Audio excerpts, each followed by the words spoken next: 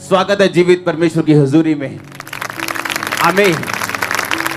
ये जीवित हजूरी आपको सेम नहीं रहने देगी और हर वो चीज जो मुर्दा वो जी उठेगी। और अगर आमीन ऊंचा, ये आशीष आपकी चर्च। बैठ जाओ अपने शरीर में।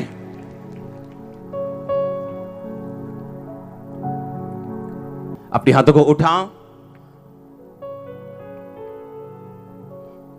बोलो, ये वचन 100 गुना फल लेके आए जो मैं सुनूं। आमीन। प्रेरितों के काम 14 अध्याय उसकी 1 आयत को मैं पढ़ूंगा। लिखा, इकोनियम में ऐसा हुआ कि वो यहूदियों के आराधनालय में साथ गए और बातें की, और यहूदियों और यूनानियों दोनों में से बहुतों ने विश्वास किया। परंतु विश्वास ना करने वाले यहूदियों ने अन्य जातियों के मन भाइयों के विरोध में उकसाए और कटुता उत्पन्न कर दी। वे बहुत दिन तक वहां रहे और प्रभु के भरोसे पर हौसले से बातें करते रहे, और वह उनके हाथों से चिन्ह और अद्भुत काम करवाकर अनुग्रह के वचन पर गवाही देता रहा। परंतु नगर के लोगों में फूट पड़ गई थी, कितने यहूदियों की ओर कितने प्रेरितों की ओर हो गए।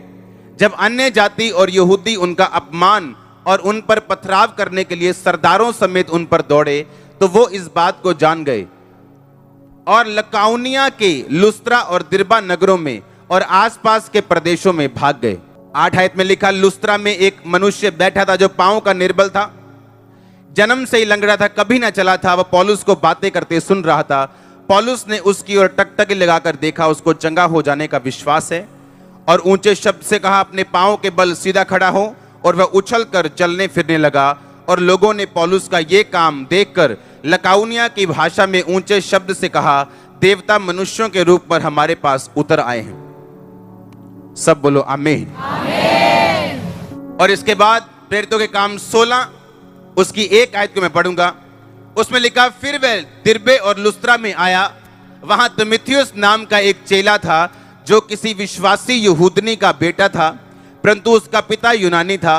वो लुस्त्रा और इकोनियम के भाइयों में सुनाम था, और पौलुस की इच्छा यह थी कि वह उसके साथ चले। और जो यहूदी लोग उन जगहों में थे, उनके कारण उसने उनका खतना किया, क्योंकि वो सब जानते थे और उसका पिता यूनानी था। तारीफ करो इस वचन के लिए। बाइबल में लिखा, पौलुस एक जगह गया, वहां पे प्रीच किया, टीच किया, हील किया, और उसके बाद वहां के लोग उसके खिलाफ इकट्ठा हुए और पौलुस को फेंक दिया, उसने भगा दिया, उसका विरोध किया। हाँ या ना? और बाइबल कहती, पौलुस लुस्त्रा और दिर्बे नगर में गया। वहां पे एक लंगड़ा देखा, एक लंगड़े को चलाया, क्योंकि वो जन्म से लंगड़ा था, और उसके बाद वहां विरोध हुआ और वो आगे चला गया। अगर आप पौलुस की लाइफ को ध्यान से पढ़ें, अपने डिवाइन कॉलिंग को पूरा करने के लिए पौलुस को क्या चाहिए था, ये मैं क्वेश्चन आपसे पूछना चाहता हूं। यीशु मसीह ने पिता को बोला कि मुझे मजदूरों की जरूरत है, क्योंकि खेत पक चुके हैं, लेकिन मजदूर क्या है? थोड़े हैं, मजदूर कम है। पिता से विनती करो कि वो मजदूरों को भेजे। कहा कि नहीं कहा? हां, कहा कि नहीं? उसने कहा कि मजदूर थोड़े हैं, क्योंकि परमेश्वर को अपनी डिवाइन ईश्वरीय बुलाहट के लिए मजदूर चाहिए थे।